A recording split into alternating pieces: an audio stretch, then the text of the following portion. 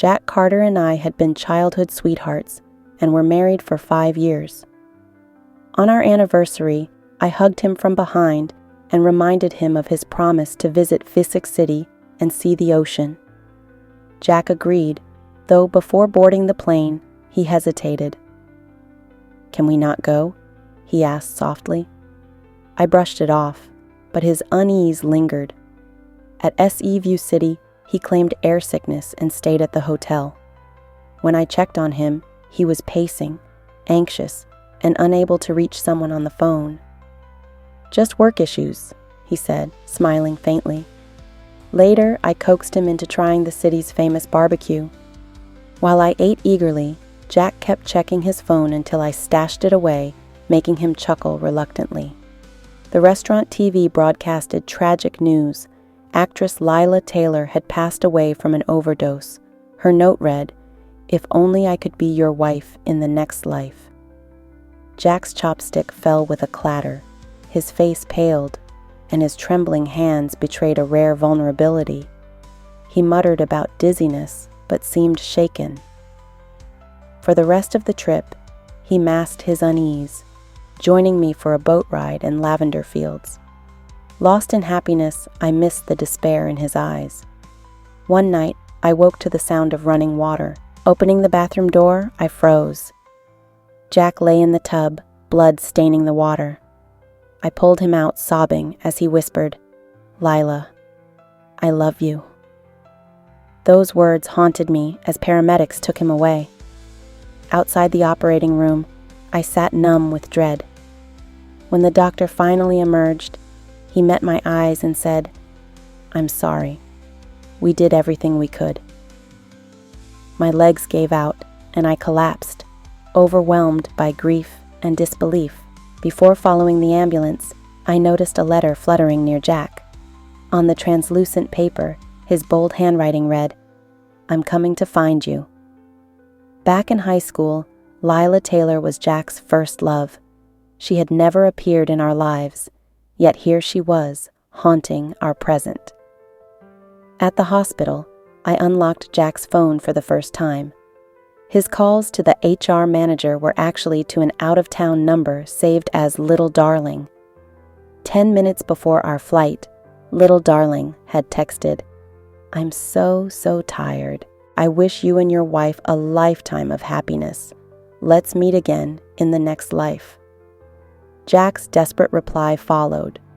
"Don't scare me, Lyla. I surrender. I'll divorce her." Her silence explained his anxiety. His restless behavior, missed calls, and desperation now made sense. Jack had been so composed with me, yet he left to be with her, abandoning me entirely. News of Jack's suicide spread quickly, and their tragic love story surfaced. Classmates in high school, separated by fate but bound by unspoken love. Videos of their younger days, laughing and teasing, went viral. Photos revealed his longing gaze at Lyla at events, his private posts wishing her happy birthday, and the treasured wristwatch she gave him. They became a modern Romeo and Juliet in the public's eyes, their story ending in shared sacrifice. Meanwhile, I, the legal wife, was reduced to a bitter shadow. 20 years of love and struggle, through poverty and hardship, now meant nothing. As if his betrayal wasn't enough, my private information was leaked. On my way to collect Jack's ashes, I was ambushed. A deranged fan, face contorted with rage, hurled acid at me, screaming, "You ruined their love! Go die!" The pain was excruciating. I stumbled back, dazed, only to find myself surrounded by my high school classmates. My homeroom teacher's stern voice boomed, "Sophia, sleeping and talking in my class now? Just because your family has money doesn't mean you can do whatever you please." My vision cleared, and there he was, Jack Carter, sitting upright in his school uniform, staring ahead at the blackboard. His black frame glasses and messy hair gave him an air of innocent charm. Whispers buzzed around me. The rich girl, Sophia, is clinging to Jack again, begging for tutoring. Too bad she's hopeless. Jack must be sick of her. The teacher barked, "Sophia, solve this problem. If you can't, stand outside." I stared blankly at the mathematical symbols on the board. A low voice whispered, 1/3. It was Jack.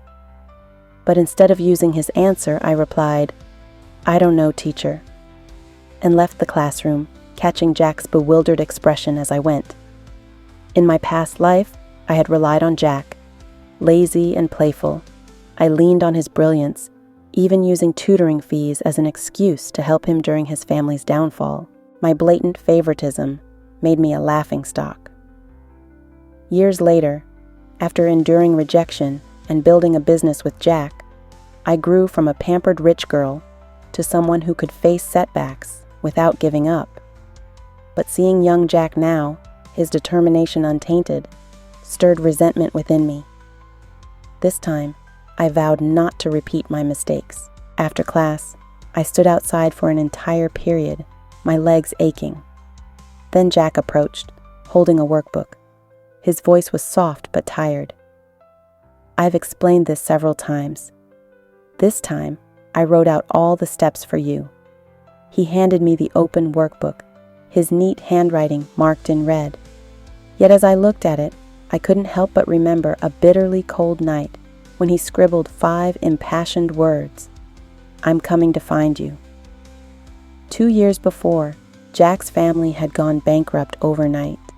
His father fled, and his mother sank into depression. He became the target of ridicule, labeled a once proud, but now broken, fallen noble. Many people bullied him, but I always stood in front of him like a proud mother hen protecting her chick. In the end, I became the one everyone mocked. In my previous life, after Jack's death, I found a journal on his phone. One entry stood out. "Lyla Taylor is the ray of light in my otherwise hopeless life." As for Sophia Grant, she was just someone who humiliated me with her money when I was at my lowest. I didn't take the workbook from him. With a tone of cold indifference, I said, "Jack, you don't need to tutor me after school anymore, and I won't insult your fragile pride with tutoring fees either." Hearing my words, Jack's hand holding the workbook stiffened momentarily, but his expression quickly returned to calm. He smiled softly, his voice gentle. "Don't be ridiculous. It's senior year. If I don't help you, who will? Or is this because I told someone yesterday that I think of you like a little sister? Are you upset about that?" Yes, Jack Carter, 18, had always been aware of my feelings for him, but just yesterday, at the corner of the staircase, he had casually told someone, "Sophia, I just think of her as the cutest little sister." He reached out, intending to pat my head as if to soothe me. His sharp features softened with a hint of affection, but to me, it was nauseatingly fake. I slapped his hand away and said coldly, "Don't touch me." The back of his pale hand turned red from my strike. Jack's face stiffened. Just then, a commotion erupted in the hallway. The previously rowdy students suddenly surged toward the office, shouting excitedly. "A new girl transferred to our class, and she's stunning." I glanced at the date. It was indeed this day. Outside the office, a crowd of students craned their necks, trying to catch a glimpse of her. All eyes were fixed on Lyla Taylor, who stood inside the office. Exclamations of amazement filled the air. Her beauty was undeniable. She had a slender figure, an oval face, large, clear eyes, and soft, slightly wavy hair cascading over her shoulders. Everything about her inspired a strong desire to protect her. In my previous life, it was this delicate and enchanting appearance that helped her break into the entertainment industry, where she became a sought-after star. It was also during this summer that she captured Jack Carter's heart. Lyla and Sophia look kind of alike. "Who do you think is prettier?" someone whispered. I raised my eyebrows and held up my marked-up notes, pretending not to notice her insinuation. Jack's expression darkened further as he turned to Lyla and said curtly, "Sophia is different. She listens and learns instead of wasting my time." Lyla's face fell, and the other students around us exchanged curious glances, sensing the tension. I stayed quiet, flipping through my notes as if completely detached from the scene playing out. In my previous life, such a confrontation would have thrilled me. I would have basked in the idea that Jack was defending me. But now, I understood better. Jack's attention, his supposed loyalty, meant nothing when his heart had never truly belonged to me. As the days passed, Lyla continued to cling to Jack, determined to win his affection. She was relentless, and Jack, despite his initial coldness, started to soften. I could see the familiar progression of their story, the stolen glances, the subtle smiles, and the moments when they lingered together just a little too long. But I had no intention of fighting for Jack this time. Instead, I poured my energy into my studies and began distancing myself further from both of them. I joined study groups, participated actively in class, and stayed late in the library every evening. Slowly but surely, I shed the image of the lazy, arrogant girl who relied on Jack for everything. One evening, as I packed up my books, Jack appeared at my table. His usual calm demeanor was replaced with unease. "Why are you doing this?" he asked, his voice low. I looked up, feigning confusion. "Doing what?" "Avoiding me, pretending I don't exist." I closed my notebook deliberately, taking my time before answering. "Jack, we're not children anymore. I don't need you to hold my hand through everything." His brow furrowed, and for a moment, he looked genuinely hurt. "But we're friends, Sophia. You've always been there for me." I smiled faintly. "Exactly. I was always there for you, wasn't I? But tell me, Jack, when was the last time you were there for me?" He opened his mouth to respond, but no words came out. The silence between us stretched, heavy with unspoken truths. Finally, I stood and slung my bag over my shoulder. "Don't worry about me anymore, Jack. Focus on the things that matter to you." I walked away, leaving him standing there, his expression unreadable. As the weeks went by, I watched from a distance as Lyla's charm began to work its magic. Jack laughed more often when he was with her, and the subtle tension in his demeanor eased. They were drawn to each other like moths to a flame, just as they had been in my previous life. But this time, I wasn't standing in the way. I had no intention of reliving the pain of being second best. Let them have their story. I was determined to write my own. Much later, Jack confronted me in the hallway, his expression unreadable, but his voice tight with barely restrained anger.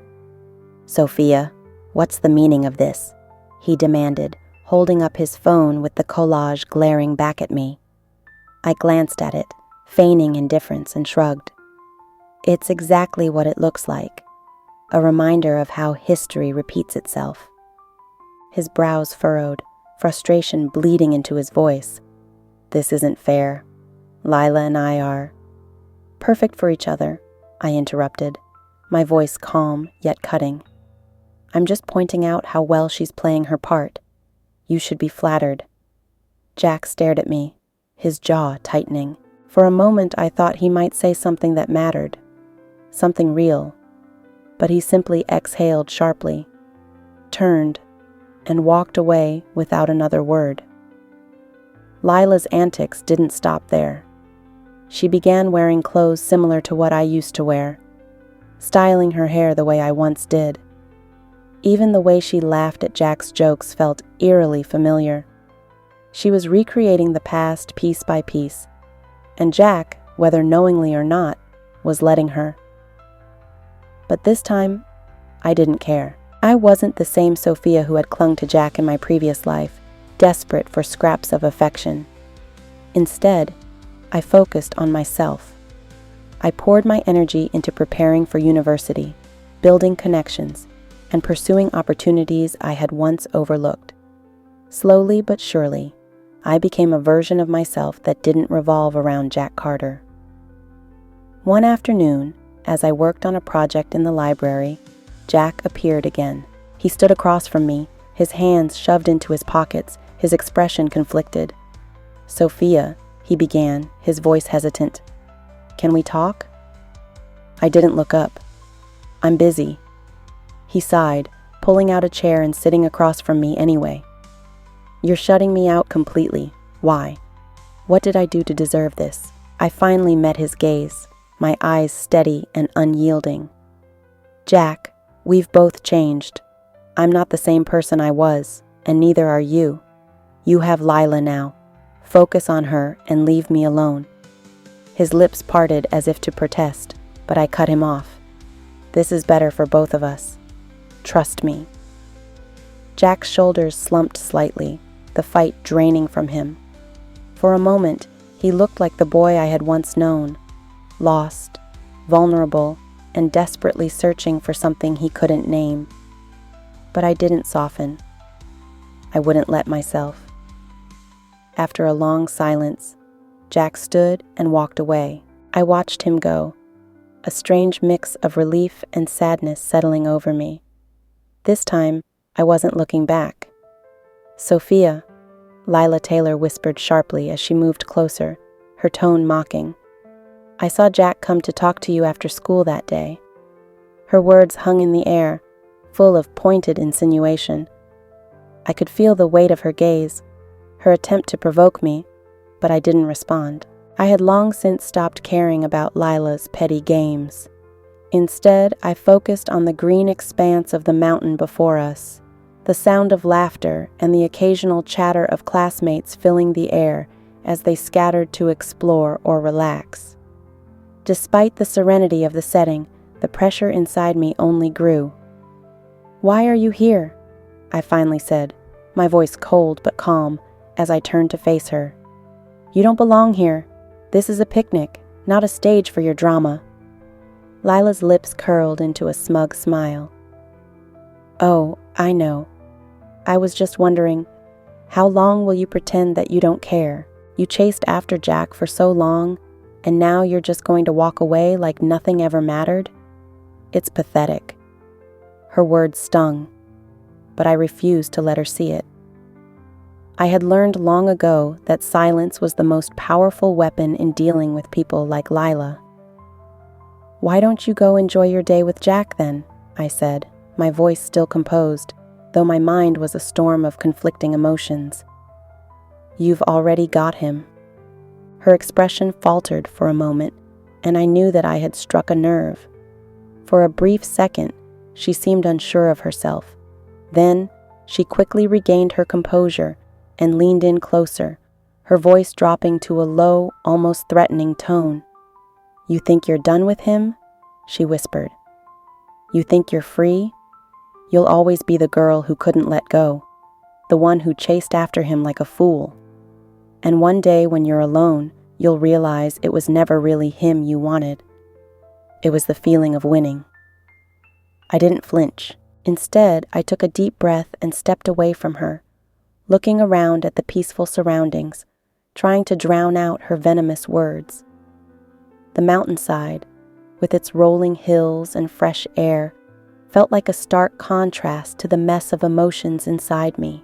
"I don't need to win anything," I said softly, more to myself than to her.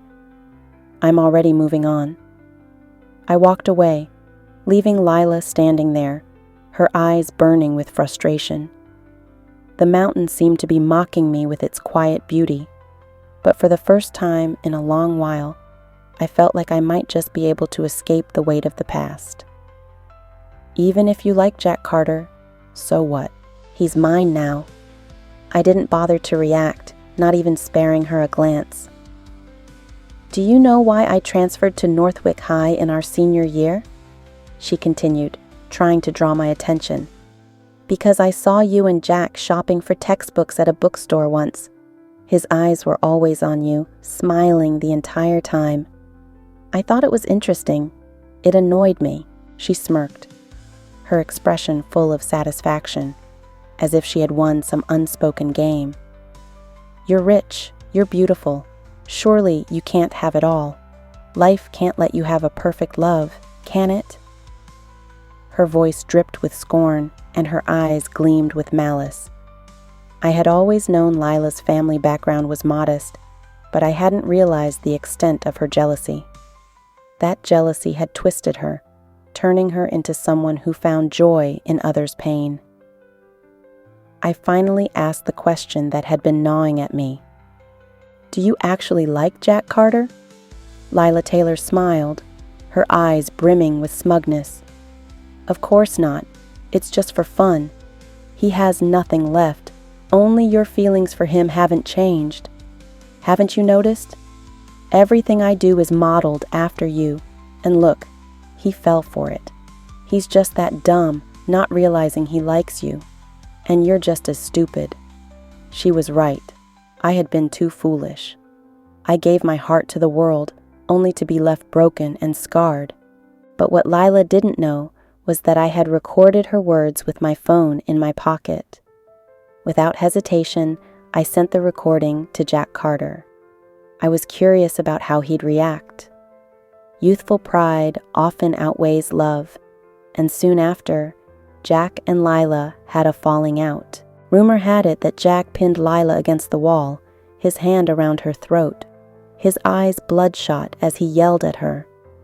The person he thought he liked was peeled back layer by layer like an onion, revealing a rotted core underneath. That realization must have hurt, just like how I had felt back then. With 30 days left until the college entrance exams, during a crucial mock test, Jack Carter suddenly disappeared. Every teacher was frantic, contacting his parents and searching everywhere, but there was no trace of him. Even as the 2-day exam ended, Jack never returned. Exhausted, I walked home only to find a man dressed in black standing by my door. My nerves instantly tensed, and I gripped the self-defense alarm tightly in my hand. Sophia. The voice was Jack Carter's, hoarse and trembling, tinged with despair. I almost didn't recognize him. He rushed forward and hugged me tightly, his whole body shaking uncontrollably. It was eerily similar to the Jack of my previous life. He muttered, "I had a dream. A long, long dream. It was so long, it terrified me. I dreamed that we were together, and then we got married. But because of Lyla, I left you on our wedding anniversary, abandoning you to face the world's cruelty alone." His voice was slow, like he was recounting a nightmare he could never wake from. "I dreamed you were attacked with acid. Your face melted away as you screamed in agony. My ashes lay shattered next to you, and everyone around just laughed at your misery. No one helped you. You were always so delicate, so afraid of pain. How much must it have hurt when the acid hit you?" His voice cracked, as if he was on the verge of collapse. "I dreamed you were taken to the hospital, unable to accept your disfigurement, and one spring day, as your wounds itched, you jumped to your death." Tears screamed uncontrollably down his face, his red-rimmed eyes fixed on me, desperate, pleading. "That's not true, right? Tell me it's not true." I laughed coldly, swallowing the surge of bitterness and resentment that threatened to spill out. My silence was answer enough. Jack staggered back, disbelief etched across his face. Then, to my shock, he dropped to his knees before me, his proud figure bent as though it had been broken by an invisible force.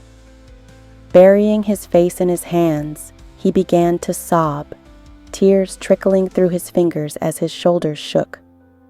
I'm so sorry," he choked out, his words becoming disjointed, rambling like someone who had lost their sanity. "After I died, I became a spirit and saw Lyla, She wasn't dead at all. She faked her death to escape from someone she offended. She was jealous of our marriage, so she sent me those texts pretending she was going to kill herself. Jack's voice cracked, descending further into incoherence. He seemed entirely consumed by guilt and despair, his emotions unraveling in a chaotic mess. How could I have been so foolish? We were married for 5 years, so happy. We were even planning to have a child next year. Jack's face twisted, broken by pain. It's all my fault. I destroyed everything. He could no longer distinguish between past and present, sinking into a maddening spiral of despair. I felt nothing. Watching Jack in such a pitiful state was almost laughable. I left him there, consumed by his regret, and walked away without looking back. Jack and Lyla broke up for good. Soon, the college entrance exams arrived. 3 years of hard work would be decided by a few sheets of paper. My pen moved relentlessly, marking a perfect conclusion to those years. Jack, on the other hand, performed poorly. His results barely qualified him for a second-tier university, turning him into a cautionary tale for teachers to warn future students. Lyla's choice, as in my previous life, shocked everyone. She turned down college altogether and chose to pursue a solo career in the entertainment industry. And me, the one everyone least expected, became the school's dark horse, scoring high enough to qualify for a university. When my results came in, my parents were ecstatic, singing my praises and hosting a grand celebration. Relatives showered me with congratulations, their smiles genuine and full of pride. Meanwhile, Jack sent me message after message, each one cautious and tentative. He kept asking where I was planning to apply, whether I would choose a university. I could guess his intentions. He wanted to attend a school in the same city as me. When acceptance letters arrived, I was admitted to the top program at W University, my first choice, 200 kilometers away from where Jack would be. Life is too short and unpredictable. I wanted to explore and learn as much as possible. I thought that would be the end of it, that I could finally leave it all behind. But in my first month at college, I saw Jack standing beneath the dormitory building. He was worn out, his face full of fatigue from long-distance travel. "Sophia," he said, his voice trembling. "I'm sorry." His gaze locked onto me, filled with an endless plea. "I was so preoccupied with Lyla because I felt guilty," he began. "I thought it was my fault. My one comment about her being beautiful and ambitious made her chase after fame. I never expected her to take her own life. That guilt consumed me. But now I know, Sophia, it's you I've always loved. I came back to make things right, to ask for your forgiveness." I looked at him, his broken expression reflecting the same despair I'd felt when I saw his lifeless body in my previous life. I curled my lips into a mocking smile and said, "I saw your messages, Jack. You told Lyla you surrendered. You begged her not to die. You said you'd divorce me. All those years we were together, you were thinking about her every second of every day. We supported each other through everything, yet on our wedding anniversary, you made me witness your death." My tone grew colder. "And you call that love?" Finally, I spat out the words, full of contempt. "Get out. I never want to see you again." Later, my roommates told me they had seen a man standing motionless outside the dorm all night, like a silent statue. I thought Jack would give up, but he didn't. Every month, he traveled 200 kilometers to see me, staying far enough away not to disturb me. He would leave a gift each time, sometimes roses, sometimes a colorful beaded bracelet, sometimes souvenirs from around the world. The love and tokens I had waited for in my previous life were finally arriving, but I didn't keep any of them. I threw every single one away. this version of me no longer needed them. On his 10th visit, as I watched Jack's desolate figure walking away, I finally called out to him. His eyes, colder than the night, lit up for a moment, but my words extinguished that hope entirely. Stop coming. Every time I see you, I have nightmares. What kind of nightmares? He asked, his voice trembling. I didn't answer. It didn't need to be said. The color drained from his face. His eyes turned to a bottomless black. After a long pause, he simply replied, "Okay." True to his word, Jack never appeared again. But every year, without fail, he sent me a birthday message. "Happy birthday, Sophia Grant." The messages came without fail, year after year, until I turned 30. Even then, his words arrived right on time, like clockwork. On the day of my wedding at 30, Jack Carter, who had been battling depression, jumped from the rooftop of the hospital. A letter from an unknown sender was delivered to me. It read, "This life and the last, I've returned it all to you." Another autumn arrived, and a sycamore leaf drifted into my palm. I whispered softly, like the faintest breeze, "Goodbye forever." In an alternate epilogue, Lyla Taylor and Jack Carter met their ends after pulling a chair out from under a classmate, causing him to fall and fracture his tailbone. I was labeled unrepentant by the school. The teachers believed I had psychological issues, forcing me to undergo an evaluation at the hospital, where I was diagnosed with narcissistic personality disorder, self-centered and lacking empathy.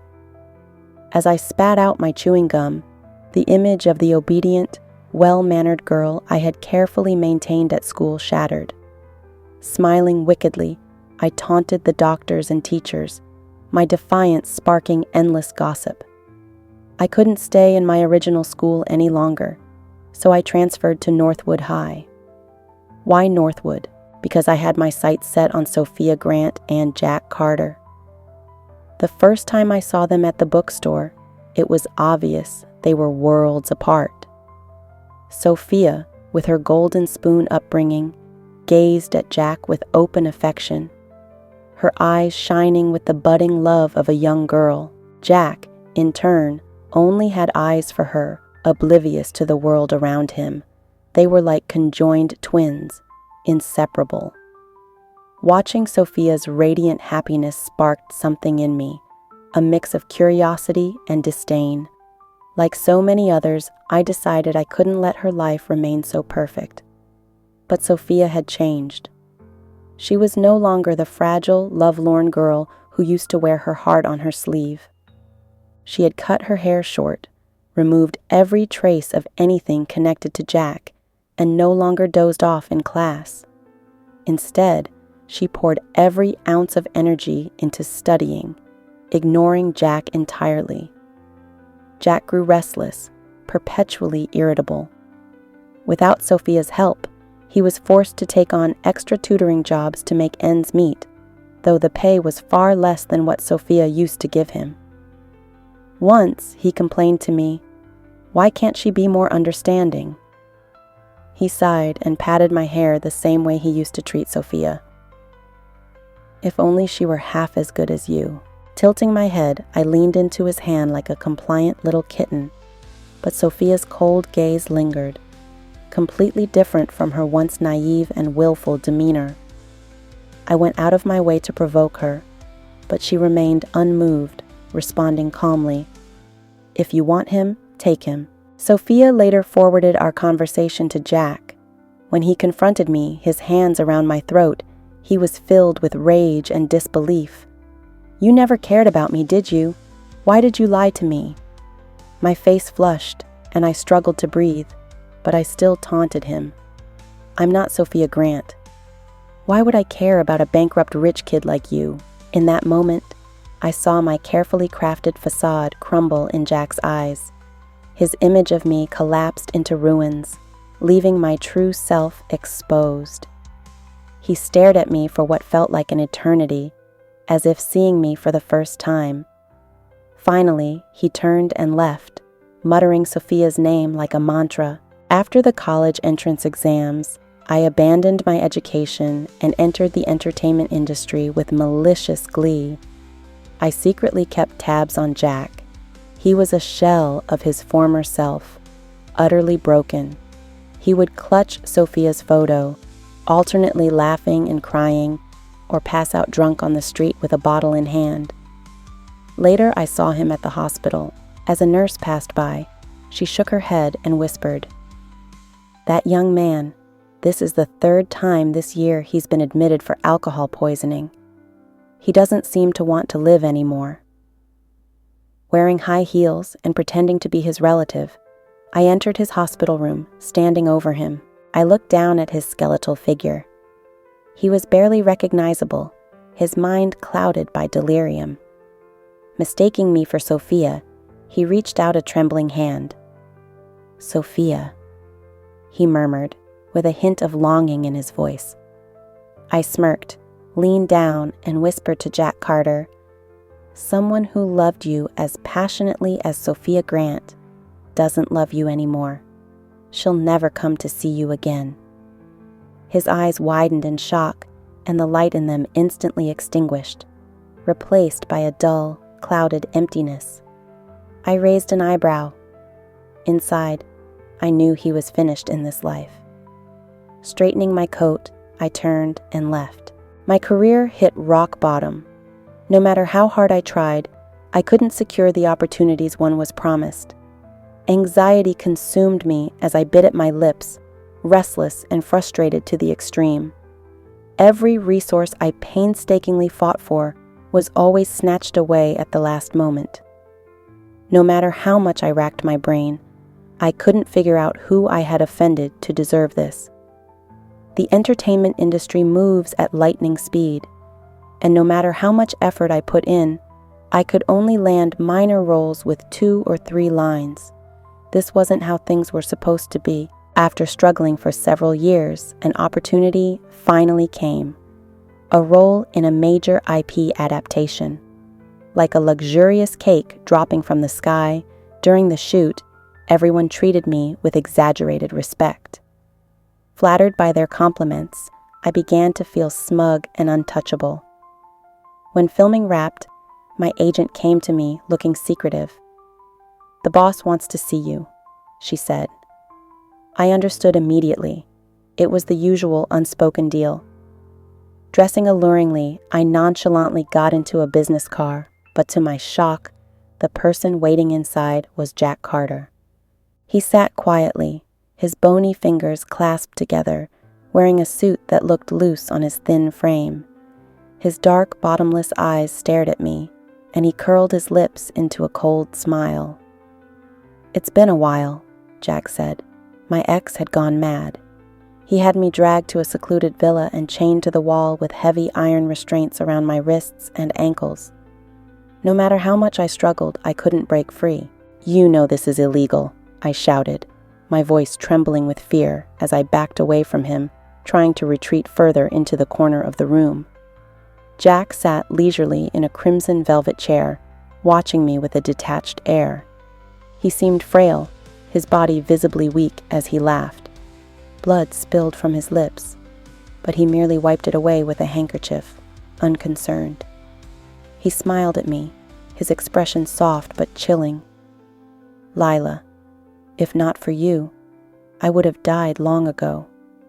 It was thoughts of you that kept me going, that made me fight to survive, just to see you again."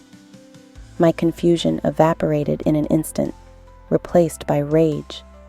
It all made sense now, why everything had gone so wrong for me over the years. Furious, I cursed at him. "You ruined yourself. You're the one who turned into a wreck of a man. Why are you blaming me?" But Jack didn't seem angry. Instead, he stood up, his skeletal hand reaching for my neck. The cold touch of his fingers made every hair on my body stand on end. With his lashes lowered, he spoke in a soft, almost tender voice. "Didn't you say you wanted to be my wife in your next life? Now your wish has come true. You'll stay with me forever." I was kept in that villa, cut off from the world. Each day I was given only scraps of bread to eat, leaving me weak and helpless. Every day, Jack would come to me with a pink diary, reading stories aloud. It didn't take long for me to realize he was recounting the childhood memories of himself and Sophia Grant, from their earliest days to high school and beyond. This diary must have been Sophia's, I thought. She must have discarded it, and Jack had taken it as a keepsake. He read everything, how they spent their carefree days and the hardships they faced. He talked about how Sophia never left his side, even when his family went bankrupt. "Do you know?" Jack said one day, his voice soft yet filled with pain. "When my father's debtors couldn't find him, they tried to drag me away to sell me." Sophia risked getting beaten to call the police. She found me, her face swollen from being slapped. Even though she was so delicate, she didn't cry when those men hit her. But she trembled as she touched my bruises, crying because she was afraid I was in pain. Jack's voice grew gentler as he continued. Sophia had never done housework in her life, but after being with me, she did everything, even the dirtiest chores. Her delicate hands became rough and calloused so quickly. She carried her bag every day, going door to door to beg for partnerships to help me. Once, she was so exhausted, she fell asleep in a chair at the company, with nothing but a coat draped over her shoulders. I nudged Jack Carter awake, worried he might catch a cold. His eyes barely opened, but the first thing he said was, "Don't worry, Mr. Wong agreed to the partnership. Did you eat lunch properly?" His voice grew hoarse as he spoke, and eventually he couldn't go on. I raised my eyes lazily and asked, "If you love her so much, why were you with me?" He tilted his head back, staring at the ceiling. His voice was hollow. "I don't know. Maybe it was because of my insecurity. Maybe I couldn't handle the way Sophia looked at me with so much kindness and pity. Even after I regained everything, I couldn't shake that feeling of inferiority." He paused, his tone softening. "I used to call her my little sister, then accuse her of being condescending. I never realized I liked her. I kept thinking about you instead. I was stupid. I failed her. I'm a bastard." Jack bent over, clutching his head, lost in his own torment. I couldn't stand this melodrama. "You're right.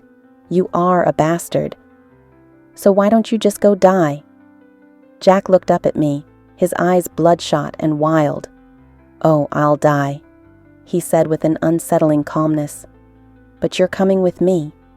Jack used his power to turn my worst rival into a star. He forced me to watch as someone I despised went from obscurity to fame, her face lighting up the big screen. My teeth clenched in fury as I watched her rise. Leaning close, Jack whispered in my ear, "In your last life, you were just as dazzling. Too bad you'll never get what you want in this life." Each month, Jack disappeared for a day. When he returned, he would sit motionless for hours, lost in thought. The villa was filled with unsent gifts, accumulating steadily. I had lost track of how long I'd been confined there. Day and night blurred together. My existence had been reduced to that of an insect clinging to a leaf, gasping for air. Jack started drinking again. He stared at his phone, laughing and crying in turns. From the fragments of his words, I learned that Sophia Grant was getting married. They said her fiancé was a wonderful man, gentle, considerate, from a prominent family. Their wedding was to be held in a 6-star hotel, followed by a world tour for their honeymoon. Jack laughed bitterly. "See? She left me and is doing so much better without me." Eventually, Jack ended up in the hospital on Sophia's wedding day. He jumped to his death. With Jack gone, his people scrambled in chaos, and I was released. Before I could even process it, the sunlight burned my skin as I stepped outside. My muscles, weakened by disuse, struggled to support me. I could barely walk. Suddenly, I realized I had nothing left. But I still had my looks, or so I thought. Walking down the street, I noticed people staring at me strangely.